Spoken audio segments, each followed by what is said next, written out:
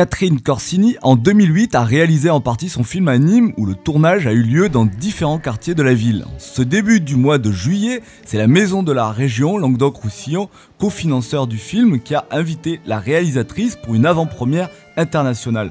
Nous avons suivi Catherine Corsini pour cette soirée marathon.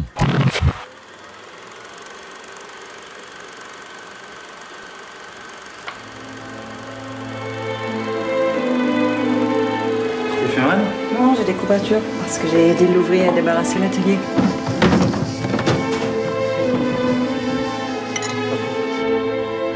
C'est des bois à en pleurer, quoi.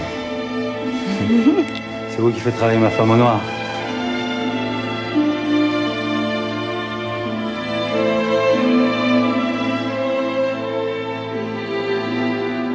Ça m'est tombé dessus, Samuel. Je sais pas ce qui m'arrive. Amoureuse.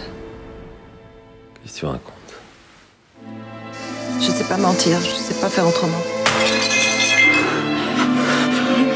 Laisse-moi partir. Reste ici! Je fais ce que je veux! C'est toi qui es parti. Et tu trouves ça juste que j'ai droit à rien? Il n'y a plus rien sur le code des vies? Il a été bloqué par votre mari. Tu me fais les poches? Faut qu'on tienne jusqu'au divorce. Tu n'auras rien, tu le sais. C'est dégueulasse, ne fais pas ça! Dis-moi ce qu'il faut que je fasse. Je ferai tout ce que tu veux. Rentre à la maison. Mais arrête!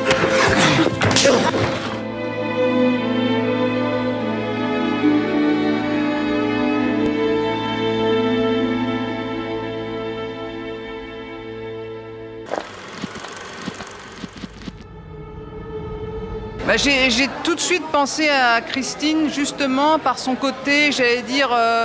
on a l'impression que c'est une femme dure, elle a toujours été montrée comme une femme dure, mais derrière cette dureté, je sentais qu'il y avait une fragilité, qu'il y avait quelque chose, j'allais dire, un peu de vacillant, un peu de... C'est une femme qui est touchée quand même, qui est dans l'émotion, mais c'est une émotion qu'elle a du mal, j'allais dire, peut-être à laisser passer. Et donc, ce regard que vous trouvez peut-être un peu triste, c'est vraiment le regard d'une femme justement qui n'a pas osé pendant toutes ces années se livrer et qui tout d'un coup va découvrir une passion dévorante et qui va tout d'un coup se laisser aller, qui va aller justement vers des choses comme le sourire. Il y a des moments où elle a des espèces de sourires absolument magnifiques et merveilleux, mais où on sent, j'allais dire, oui, quelqu'un qui a été un peu brimé pendant toute sa vie avec son mari, ou dans tous les cas qui s'est pas épanouie comme elle l'aurait peut-être souhaité. Et là, cette passion, c'est-à-dire que c'est tout d'un coup, elle va découvrir, à plus de 40 ans, elle va découvrir une passion amoureuse comme on découvre une passion amoureuse quand on est adolescent. C'est-à-dire qu'elle va tout d'un coup être comme une adolescente et qu'elle va par moments avoir même le feu au cul, j'allais dire, elle est prise par la passion, par le désir. Et ça devient vraiment quelqu'un d'autre. Je pensais à des films comme Le Mépris, je pensais à des films où j'allais dire le Technicolor, je pensais vraiment à des films où la matière est sensuelle, où la chaleur, les corps, où le décor justement vous emmène dans la pierre, dans la sécheresse, dans quelque chose, mais quelque chose d'allégorique comme chez Pasolini, où vraiment le décor transcende l'histoire d'amour. C'est même comme Christine. Christine aussi, elle a un côté aussi hitchcockien, elle aussi, elle transcende cette histoire qui pourrait être une histoire, j'allais dire, après tout très naturaliste ou très intimiste, mais qui en même temps, et j'allais dire, est transcendée et par le paysage et par les acteurs. Alors Yvan Attal aussi a un rôle un peu compliqué, puisqu'on le voit passer par une immense tendresse vis-à-vis de sa femme, mais aussi une violence contenue et après une violence exagérée. Il fallait qu'il soit odieux. En même temps, il fallait qu'on soit parfois de son côté, qu'on puisse le comprendre. Donc il y avait vraiment ce double jeu. Il le fait extrêmement bien, avec une intelligence, une finesse. Il est vraiment...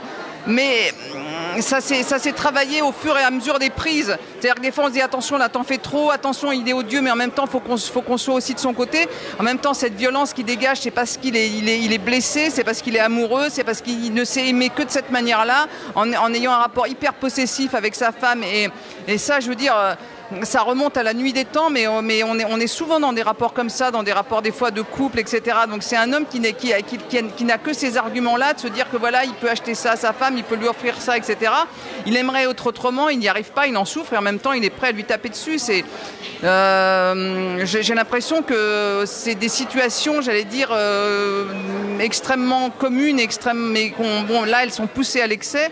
Et dans tous les cas, c'est vrai que c'était difficile à trouver sur le tournage, mais avec le temps, en faisant plusieurs prises, etc., on arrivait à chaque fois à se dire ça c'est bon, ça c'est juste, etc. Ou essaye d'en faire un peu moins, et puis après au montage, je pouvais aussi doser parfois avec certaines prises qui étaient un peu plus dures ou d'autres un peu moins. Enfin bon, on travaillait vraiment, justement, c'est là où je dis, on faisait un travail d'équipe, c'est-à-dire et Yvan, comme il est metteur en scène, il sait que par moment il faut donner un peu de matériaux à un metteur en scène pour qu'il puisse après jongler aussi au montage, quoi. On se retrouve un peu comme un peintre devant sa toile, où tout d'un coup on a envie de gommer un truc ou de refaire quelque chose.